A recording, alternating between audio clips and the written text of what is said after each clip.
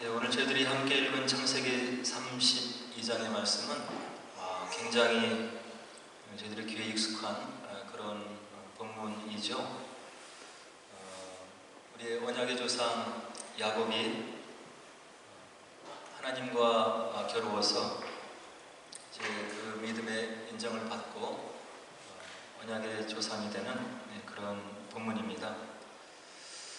하나님께서 모든 우주를 창조하시고 그리고 내 이 모든 만물을 사랑한다고 여러 번 말씀하시고 그렇게 했는데도 이제 모든 사람들이 또 모든 만물들이 인간과 더불어서 하나님의 사랑을 등을 지는 그런 일들이 이제 발생했다고 하나님의 말씀을 우리들에게 웅변적으로 전해주고 있죠.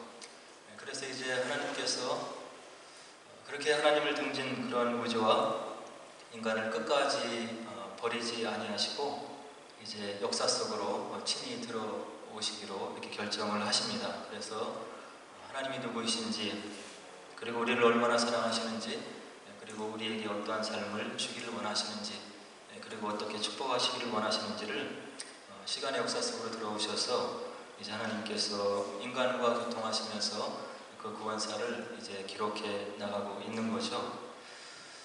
그런데 이제 이렇게 하나님이 우리를 향한 사랑, 그리고 우리를 위해서 구원해 주시는 섭리를 하나님의 말씀 성경이 우리들에게 이야기해 주고 있는데, 하나님께서 어떻게 구원하기로 결정한 자가 있고 또 그렇지 못한 자가 있느냐, 이렇게 이제 사람들이 생각을 하고 이제 하나님께 질문을 던질 때가 있는 거죠. 하나님이 사랑의 하나님이 아니십니까? 그리고 온 우주 만물을 사랑하신다고 얘기하셨고, 그런데 성경의 어떤 구절을 보고 또 우리가 살면서 느끼면 어떤 사람은 사랑하는 것 같고 또 어떤 사람은 그렇지 못한 것 같은 그런 생각을 인간들이 이제 하면서 하나님을 향해서 이제 불공평함, 그리고 하나님의 그 사랑의 어떤 형평성이 없음을 이야기할 수 있다, 이렇게 생각을 하고 있는 거죠. 근데 하나님께서 이 온 우주를, 그리고 하나님께서 택한 백성을 택하시기로 결정하시고 선택해 나가시는 그런 모든 과정에 있어서 우리 인간들은 항변할 자격이 전혀 없다, 이렇게 성경은 우리들에게 분명하게 이야기를 해주고 있어요. 그것을 하나님의 절대 주권이다, 이렇게 이야기를 해주고 있죠. 바울에 따르면 로마서 9장 20절로 23절에 이와 같이 분명히 하나님의 주권에 대해서 선포를 해주고 있습니다. 이 사람아, 내가 누구이기에 감히 하나님께 반문하느냐? 지음을 받은 물건이 지은 자에게 어찌 나를 이같이 만들었느냐 말하겠느냐? 토기정이가 진흙 한 덩이로 하나는 귀 있을 그릇을, 하나는 천 있을 그릇을 만들 권한이 없느냐? 만일 하나님이 그의 진노를 보이시고 그의 능력을 알게 하고자 하사 멸하기로 준비된 진노의 그릇을 오래 참으심으로 관용하시고, 또한 영광받기로 예비하신 바 긍휼의 그릇에 대하여 그 영광의 풍성함을 알게 하고자 하셨을지라도 무슨 말을 하리? 하나님께서 우리에게 주신 이성의 힘으로 우리가 하나님 절대자를 향해서 하나님의 섭리에 대해서 의문점을 마음에 품고 하나님에 대해서 이렇게 질문을 해나갈 수 있는 것이라고 생각할 수 있으나, 바울에 의하면 그것은 우리의 착각 힘에 불과한 것이다, 이렇게 분명하게 이야기를 해주고 있는 거예요. 모든 것이 하나님의 주권, 하나님의 결정, 하나님의 뜻, 그리고 하나님의 섭리 가운데 돌아가는 것이지, 그 하나님의 주권과 섭리의 뜻에 순종할 뿐인 것이지, 인간의 모습으로서 하나님의 경륜과 그 경외하심에 대해서 한마디도 할 수 없는 것이 우리의 근본적인 모습이다, 이렇게 이야기를 해주고 있는 거죠. 하나님의 사랑을 저버렸던 인류는 애당초 이와 같이 하나님에 대해서 어떤 항변을 할 수 있는 자격이 없음을 성경은 분명히 이야기를 해주고 있는 거예요. 그래서 어떻게 보면 구원으로 들어가는 그런 모든 과정이 신비에 쌓여 있음을 우리가 신앙생활을 통해서 거듭거듭 체험을 하고 알게 되는 거죠. 근데 이스라엘 백성 역사 속에서 하나님의 사랑의 대상으로 선택을 받은 그 선민이라고 하는 이스라엘 백성, 택함 받은 백성 안에 들어와 있지 않았지만 하나님의 섭리 가운데 그리고 은혜 가운데 언약 백성 안으로 들어온 사람들의 역사가 또 성경에는 분명하게 기록이 되어 있어요. 여러분들 나오미와 룻을 잘 알고 있잖아요. 룻기를 읽어보면 룻은 분명히 그때 당시에 택함 받은 하나님 백성 안에 들어와 있지 않는 이방 족속의 여인이었죠. 모압 족속의 여인이었어요. 그러나 그가 나오미 시어머니를 섬기면서 그 하나님이 누구인지 그리고 나오미를 어떻게 섬겨야 되는지를 마음속에 결심하면서 언약 백성 안에 들어오려고 굉장히 분투하고 전심전력을 기울여서 일생을 투자해서 그가 언약 안에 들어보기 위해서 싸우고 노력하는 그런 모습을 룻기서에서 우리가 분명히 알 수가 있는 거죠. 그래서 룻의 삶을 보면 언약적인 전사이다. 하나님 백성 안에, 하나님의 섭리 안에, 하나님의 은혜 가운데 들어오기 위해서 얼마나 노력했는지 그것을 하나님께서 어떻게 귀히 여기시고 그를 메시아의 조상으로 세우셨는지를 룻기서는 분명하게 보여주고 있다고 하는 이야기죠. 그래서 예수님도 비슷한 이야기를 우리들에게 남겨주고 계세요. 마태복음 11장 12절에 보면 하나님 나라에 대해서 예수님께서 친히 우리들에게 이와 같이 얘기를 해주시는데 세례 요한의 때부터 지금까지 천국은 침노를 당하나니 침노하는 자는 빼앗느니라. 하나님의 절대적인 주권, 섭리, 경륜 이것과 조금 상반되는 것 같은 그런 이야기를 오늘 주님께서 은혜 언약 가운데 우리들에게 해주고 있는 거예요. 누가 예정되어 있는지, 누가 선택 가운데 있는지, 누가 하나님의 은혜 가운데 들어갈지를 만세전부터 예정되어 있는지를 시간의 제한을 받고 있는 인간은 알 수가 없다고 하는 이야기죠. 그러나 우리가 인간의 눈을 볼 때 언약 안에 들어와 있지 않는 사람인 것 같은데 어떻게 보면 시간이 지나고 세월이 지나면서 보면 그가 언약 백성 안에 들어와 있는 것을 우리들 주변의 신앙생활 속에서 많이 볼 수 있다고 하는 이야기예요. 그래서 하나님의 절대 주권과 하나님의 섭리 가운데 언약의 백성 안에 들어가는 것, 구원의 반열 안에 들어가는 것이 신비이고 하나님의 영원한 경륜, 비밀 가운데 쌓여있는 그런 진리라고 하는 것을 우리가 성경을 통해서 알 수가 있는 거죠. 오늘 본문에 나와 있는 야곱도 그와 같은 언약의 전사, 하나님의 약속, 하나님의 축복을 받기 위해서 얼마나 노력했는지 그리고 그의 본을 우리가 어떻게 따라야 되는지를 오늘 본문 말씀이 우리들에게 분명하게 보여주고 있는 겁니다. 비록 야곱이 태어날 때는 형의 발뒤꿈치를 잡고 태어났다. 이렇게 창세기 25장은 우리들에게 증언을 해주고 있죠. 뭐라고 얘기를 하냐면 26절에 보니까 후에 나온 아우는 손으로 에서의 발꿈치를 잡았으므로 그 이름을 야곱이라 하였습니다. 형보다 먼저 나오는 것을 원했는데 그렇게 나오지 못하는 것을 보고 그런 표현으로 그런 마음이 어떤 갈망함으로 아마 오늘 성경을 기록한 성경 창세기 기자는 이와 같이 기록을 해놓고 있는 것 같아요. 하나님의 축복, 하나님의 은혜, 하나님의 섭리가 아니면 내가 이 땅에서 잘 될 수 없다는 것을 마음속 깊이 뼈저리게 느꼈던 야곱은 그의 출생부터 비범한 출생을 하고 있는 것을 창세기 25장에서 우리들이 확인할 수가 있죠. 그래서 하나님의 은혜와 섭리와 경륜을 이와 같이 갈망하고 추구하고 기대했던 야곱은 이후에 12 아들을 낳아서 이스라엘 백성의 12지파의 근간을 이루는 그런 아들들을 낳게 되는 믿음의 조상들이 된 것을 우리가 창세기에서 확인할 수가 있는 거예요.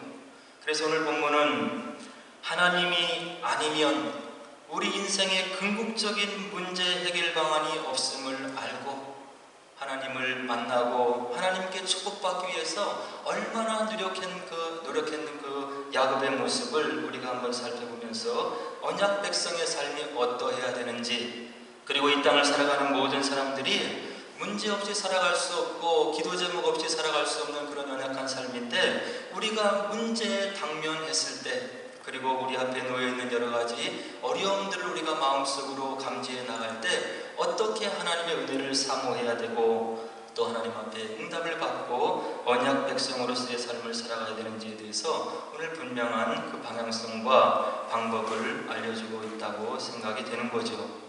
그래서 야곱은 이와 같이 형 에서의 발뒤꿈치를 잡고 태어난 그 야곱의 인생은 이후의 모든 기록을 보면 하나님의 축복을 어떻게 받기 위해서 얼마나 노력했는지를 우리들에게 창세기 어떤 기록을 통해서 분명히 알려주고 있죠. 그래서 이제 둘째 아들로 태어난 그런 서러움을 이제 만회하기 위해서 하나님의 축복을 받기 위해서 우리들이 생각했을 때는 불합리한 것 같은데 바로 형 에서가 사냥터에서 돌아왔을 때 그가 굶주리고 배고파하는 것을 알아채리고 팥죽 한 그릇을 쏘아서 주면서 형에게 그런 이야기를 하는 것을 우리가 성경을 통해서 볼 수 있죠. 형이 만약에 나에게 장자권을 준다고 한다면 이 팥죽을 내가 줄 수 있다. 형에서는 그 장자권이 무엇인지 알고 있음에도 불구하고 그것을 소홀히 여기면서 이제 야곱에게 팥죽 한 그릇에 그 장자권을 팔았다, 이렇게 성경은 우리들에게 증언해주고 있고요. 그 이후로 아버지 이삭의 축복을 가로채는 그런 야곱의 행태를 보고 이 형 에서가 이제 화가 나서 야곱을 이제 복수하려고 하는 그런 모습을 보일 때 그 어머니가 리브가가 이제 너희들이 여기 있다가는 한날에 두 형제가 다 이제 죽음을 맞이할 것 같다. 그러니 네 외삼촌이 있는 하란으로 가라. 외삼촌 라반이 너에게 선대를 할 것이다. 이렇게 해서 하란으로 이제 정처 없는 그런 유랑 생활을 떠나게 되죠. 그래서 우여곡절 끝에 이제 외삼촌 집 라반의 집에 이제 당도를 해서 그간에 있었던 일을 설명하면서 내가 고륙지친이고 이러이러해서 외삼촌에게 왔는데 나에게 은혜를 주시고 여기에 머물게 좀 해주시면 내가 외삼촌을 섬기겠나이다. 이런 약속을 하고 그 외삼촌을 위해서 무려 20년을 섬기면서 이제 노동을 하고 그 양떼를 치면서 이제 외삼촌을 도와주는 장면을 창세기에서 우리가 확인할 수가 있는 거죠.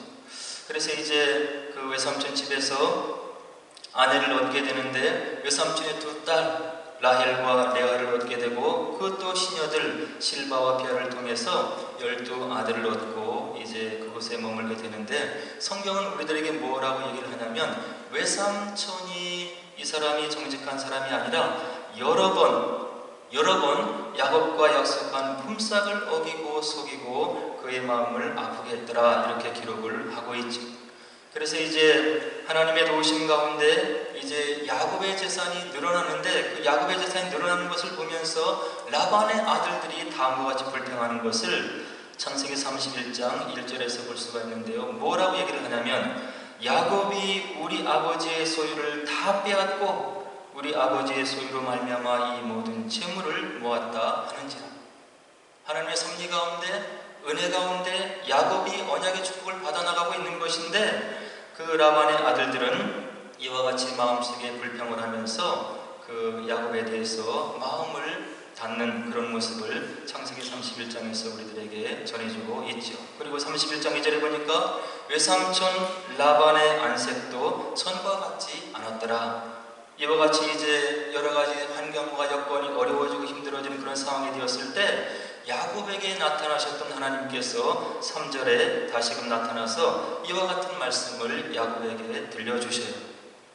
여호와께서 야곱에게 이르시되 내 조상의 땅 내 족속에게로 돌아가라. 내가 너와 함께 있으리라.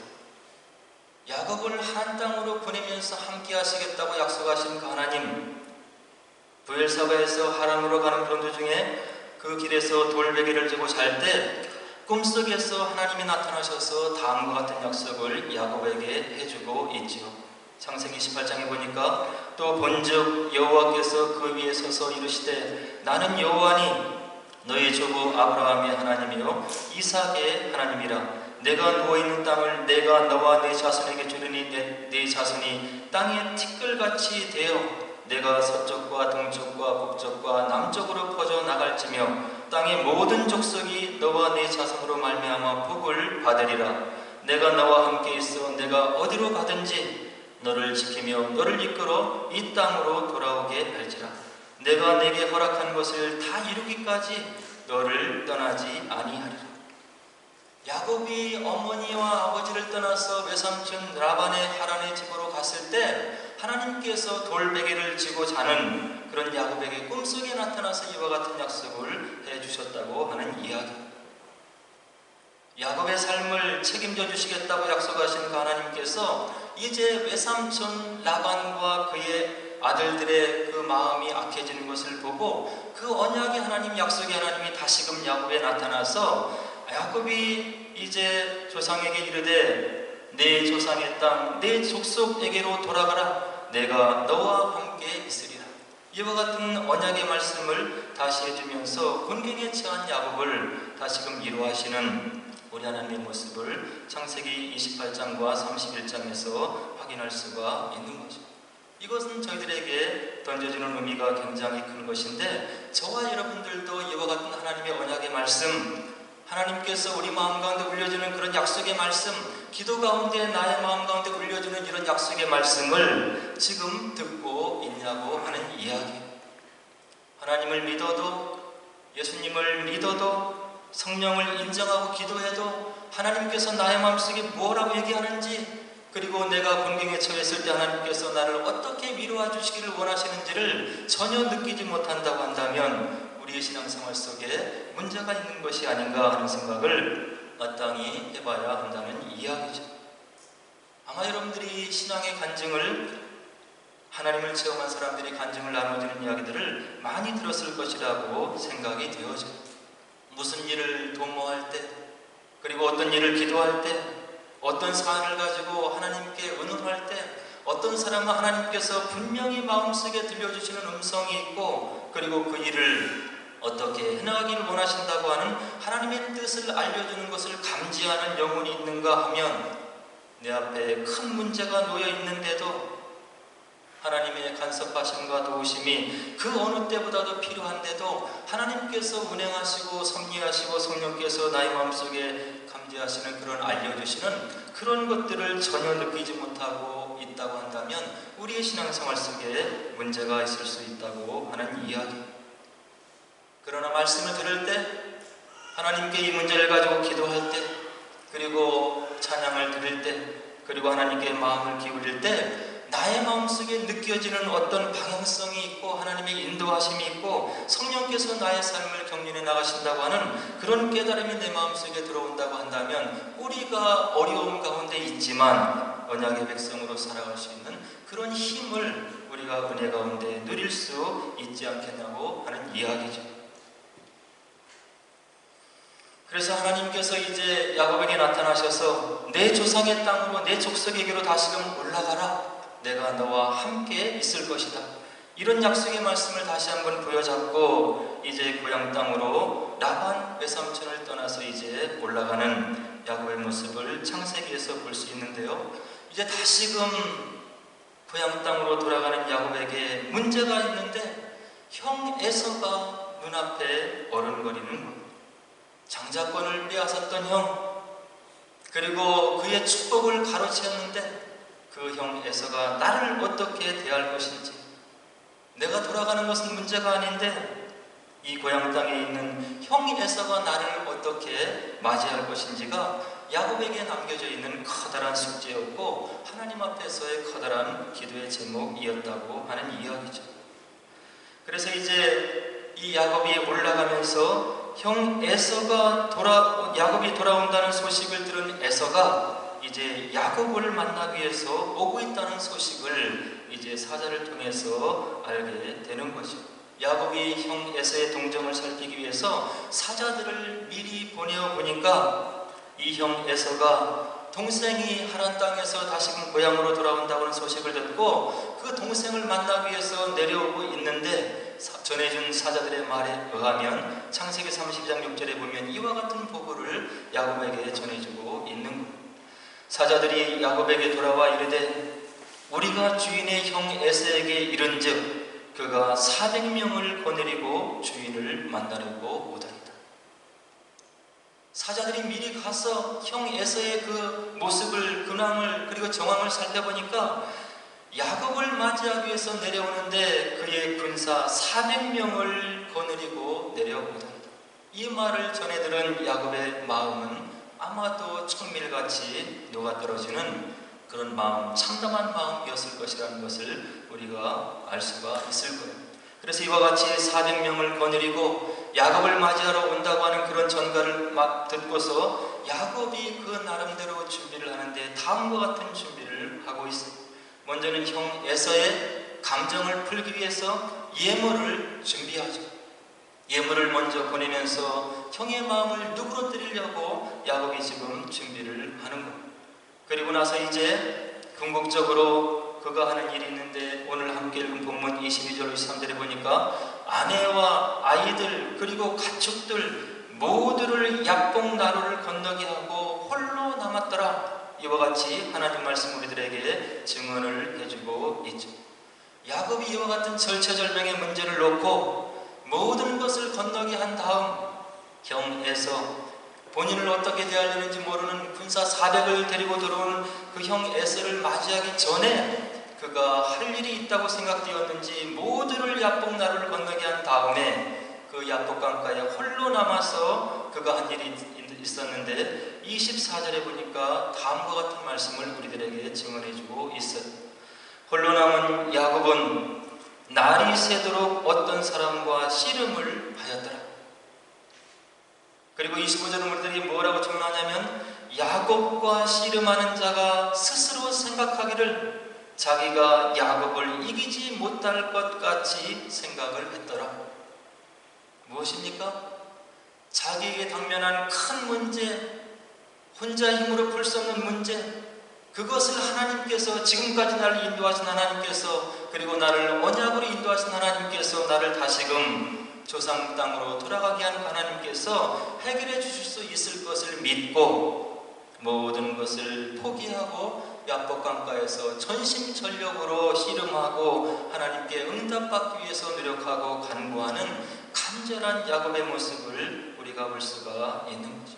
이와 같은 단심을 가지고 하나님을 인정하고 그의 문제의 궁극적인 해결자가 야훼 하나님을 인정하고 바로 하나님께 나오는 그런 사람을 하나님께서는 어떻게 대해주시냐면 자기가 야곱을 이기지 못할 것 같이 생각했더라. 이렇게 오늘 성경은 우리들에게 바로 전해주고 있는 거죠. 야곱이 하나님을 이길 수가 있었겠어요?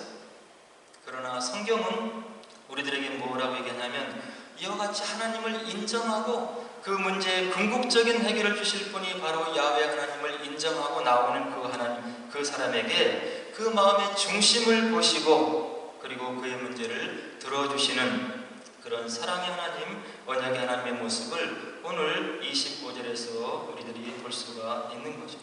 그래서 이와 같은 야곱의 모습을 보면서 하나님께서 축복해 주기로 약속하셨는데 그가 계속해서 하나님의 확답을 받기 위해서 붙들고 늘어지니까 25절에 어떤 방법으로 하나님께서 그를 놓게 하시냐면 야곱의 허벅지 관절을 쳐서 주저앉히시고 이제 그를 떠나려고 이렇게 하시는 하나님의 천사의 모습을 이제 우리들에게 전해주고 있는 거죠.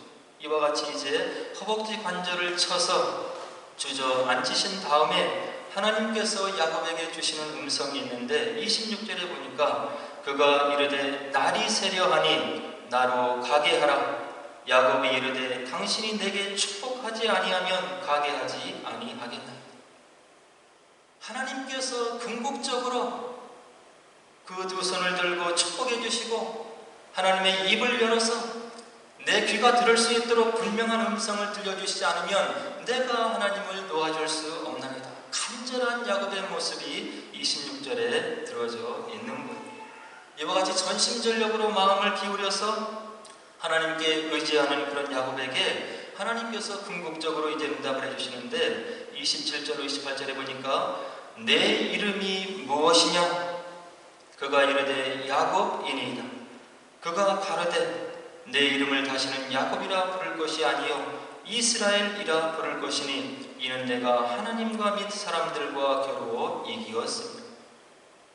이와 같이 전심전력으로 문제 해결의 궁극적인 해결자가 되시는 하나님을 믿고 하나님에게 나와서 문제 해결받기를 원하는 야곱에게 하나님께서 그의 이름을 물으시고 이제 그의 이름을 바꿔주시는데 승리자라고 하는 이스라엘이라고 하는 이름을 바꿔주시면서 내가 하나님과 사람과 괴로워서 이겼다 이와 같은 인정을 주시면서 바로 그의 문제를 해결해 주시는 하나님의 모습을 우리가 볼 수가 있는 거죠. 그래서 이제 야곱이 야복 강가에서 전적인 기도로 하나님과의 씨름으로 응답을 받고 이제 형 에서를 만나러 가는데 극적인 만남을 가지게 되는 장면을 창세기 33장 1절 4절에서 우리들에게 전해주고 있는 거예요. 두렵고 떨리고 형 에서가 나를 만나서 해코지할 것 같고 나의 목숨을 빼앗을 것 같고 그렇게 두렵고 떨리는 마음으로 형 에서를 대하려고 갔는데 야곱이 눈을 들어보니 에서가 400명의 장정을 거느리고 오고 있는지라 그의 자식들을 나누어 레아와 라헬과 두 여종에게 맡기고 여종들과 그들의 자식들은 앞에 두고 레아와 그의 자식들은 다음에 두고 라헬과 요셉은 뒤에 두고 자기는 그들 앞에서 나아가되 몸을 7번 땅에 굽히며 그의 형 에서에게 가까이 가니 에서가 달려와서 그를 맞이하고 안고 목을 어긋맞추고 그와 입맞추고 서로 오니라. 두려웠던 존재 형 에서, 야곱의 혼자임으로 어찌해 볼 수 없는 형의 복수심, 그리고 형의 마음을 돌이킬 수 없는 야곱의 한계성, 그 문제, 절체절명의 문제를 가지고 문제 해결의 궁극자가 되시는 하나님께 기도하고 나아갔던 야곱, 하나님으로부터 응답받았던 야곱에게 바로 응답의 현실로 펼쳐지는 것이 창세기 33장 1절로 4절에서 나와 있는 야곱을 맞이하려 나왔던 에서의 처음의 마음은 아마도 이런 마음이 아니었을 거라고 생각이 되는 거죠.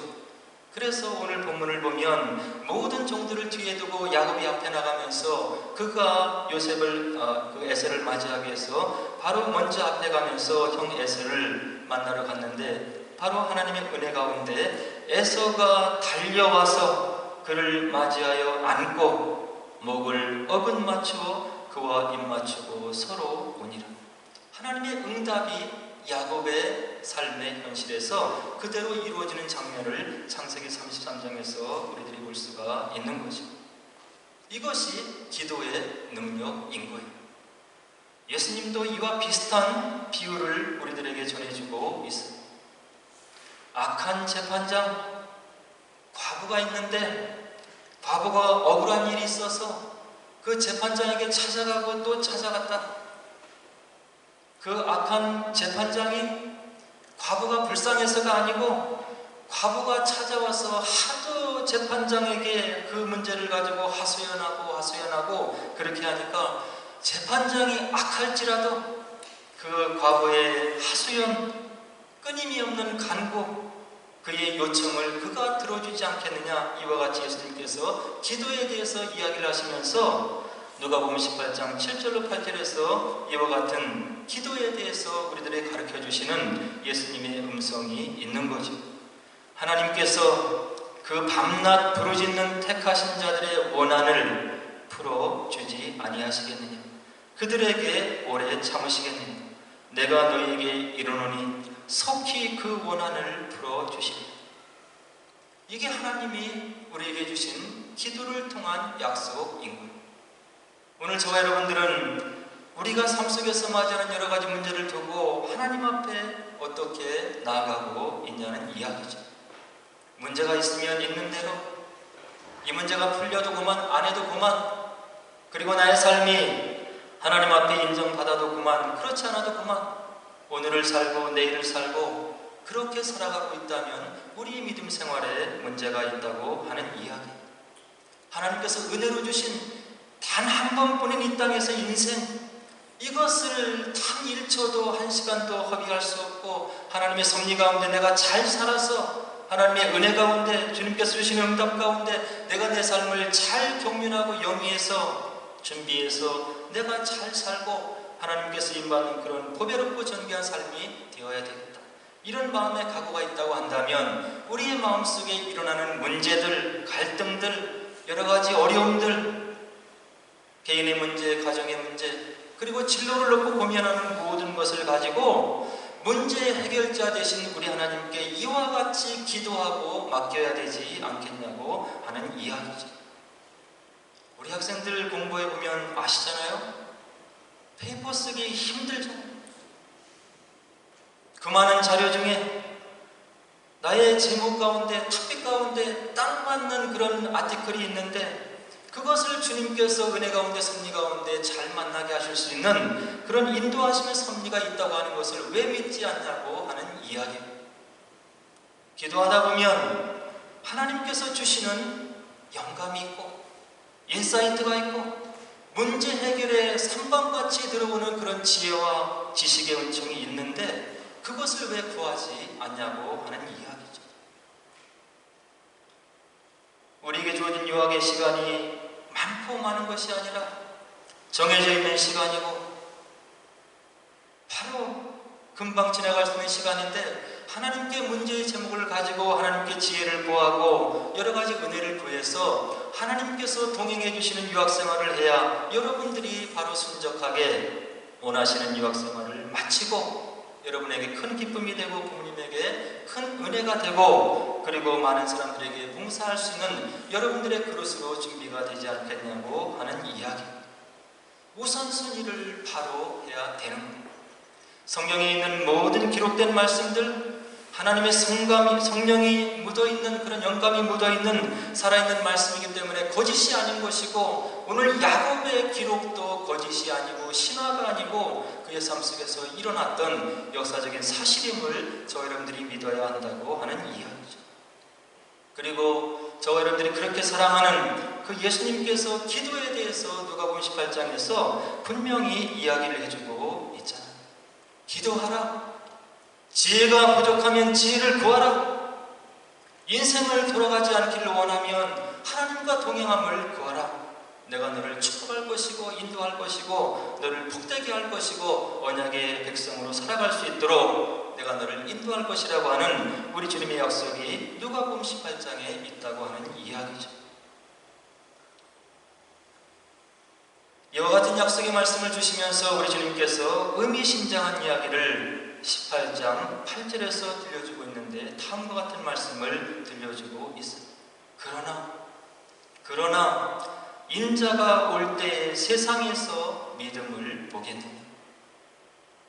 우리 주님께서 이와 같이 기도의 필요성, 기도의 능력과 기도의 어떤 하나님과 연결해주는 그런 고리성을 우리에게 말씀해 주시면서 이것이 기도의 법칙이고 믿음의 법칙이다. 그러나 인자가 올 때에 세상에서 믿음을 보겠느냐.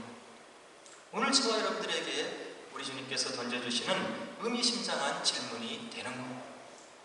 너의 믿음이 응답받을 만한 믿음이 세워지고 있는 것인지, 그리고 하나님을 인정하고 있는 것인지, 하나님께서 나의 삶에 간섭해 주시고 나의 어떤 기도의 제목에 문제 가운데 응답해 주시고 같이 해 주셔야 내 삶이 형통한 것이고 언약의 백성으로 살아갈 수 있다고 하는 그런 믿음을 너희들이 가지고 있느냐고 우리 주님께서 누가복음 18장 8절에서 이야기를 해주고 있는 거죠. 시편 기자는 121편 1절로 8절에서 다음과 같은 고백을 우리들에게 들려주고 있습니다. 내가 산을 향하여 눈을 들리라. 나의 도움이 어디서 올까? 나의 도움은 천지를 지으신 여호와에게서로다. 여호와께서 너를 실족하지 아니하게 하시며 너를 지키시는 이가 졸지 아니하시리로다. 이스라엘을 지키시는 이는 졸지도 아니하시고 주무시지도 아니하시리로다. 여호와는 너를 지키시는 이시라. 여호와께서 내 오른쪽에서 내 그늘이 되시나니 낮에 해가 너를 상하게 하지 아니하며 밤의 달도 너를 해치지 아니하리로다. 여호와께서 너를 지켜 모든 환난을 면하게 하시며 또 내 영혼을 지키시리로다. 여호와께서 내 출입을 지금부터 영원까지 지키시리로다. 이것이 시편 기자가 야훼 하나님을 향한 그의 믿음의 신앙의 고백이었던 거죠. 오늘 문제를 가지고 있습니까? 마음 한구석에 불안한 모습이 있나요? 나의 삶 속에, 우리 가정에, 그리고 주변에 기도의 제목이 있습니까? 오늘 저와 여러분들은 우리와 함께 하시고 하나님이 누구이신지를 정말로 보여주기를 원하시는 우리의 언약의 하나님을 믿으시고 이 모든 문제를 내려놓고 우리 삶 속에서 역사하시는 그런 하나님을 초대하시고 우리가 이 언약의 하나님의 축복을 받고 어디에서든지 주님의 백성으로, 하나님의 백성으로 아름다운 그리고 존귀한 그런 믿음의 삶을 사시는 여러분 되기를 주 이름으로 간절히 축원을 드립니다. 오늘 함께 나눈 말씀을 가지고 기도하도록 하겠습니다.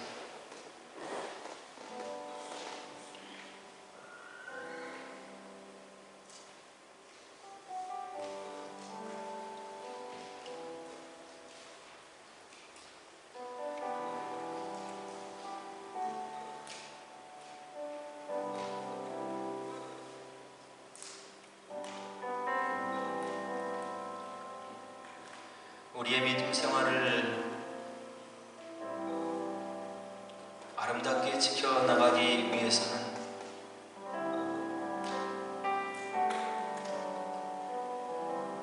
하나님의 성령이 머물고 있는 우리 마음이 주님의 임재를 느껴야 되는 것입니다. 하나님이 느껴지지 않고 하나님의 말씀이 깨달아지지 않는데 우리가 올바른 믿음 생활을 할 수가 없는 거죠.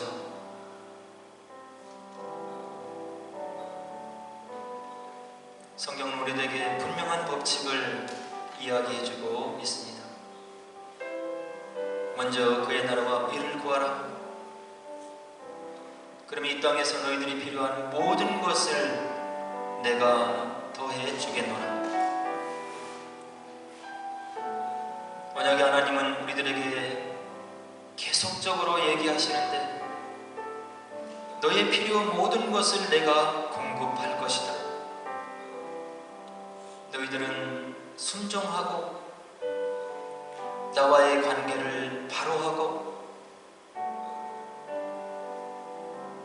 예배로 경배하며 너의 심령을 지켜나가면 하나님께서 우리의 공급자가 되어주시겠다고, 그리고 우리에게 약속하신 모든 것을 지켜주시는, 약속을 지켜주시는 언약의 하나님이 되게 해주시겠다고 그렇게 우리를 격려해 주시고 있는 거죠. 하나님이 우리에게 주신 지혜가 있고 건강이 있고 또 여러 가지 재능들이 있어서 우리들도 최선을 다해야 되겠지만 우리의 최선이 정말로 궁극적인 아름다운 결과를 얻어내기 위해서는 주님께서 인정하는 그런 주님과 동행하는 삶이 되어야 된다고 하나님 말씀 성경은 우리들에게 분명하게 이야기를 해주고 있습니다. 하나님 말씀을 더욱 사랑하게 하옵소서. 우리에게 주신 기도의 능력을 온전히 활용하여서 하나님과 교통하며 나누며 동행하는 삶이 되게 하옵소서. 주님이 주신 기도의 특권을 정말로 온전히 사용해서 적용하는 믿음의 삶이 되게 하옵소서. 우리 함께 기도하도록 하겠습니다. 기도하겠습니다.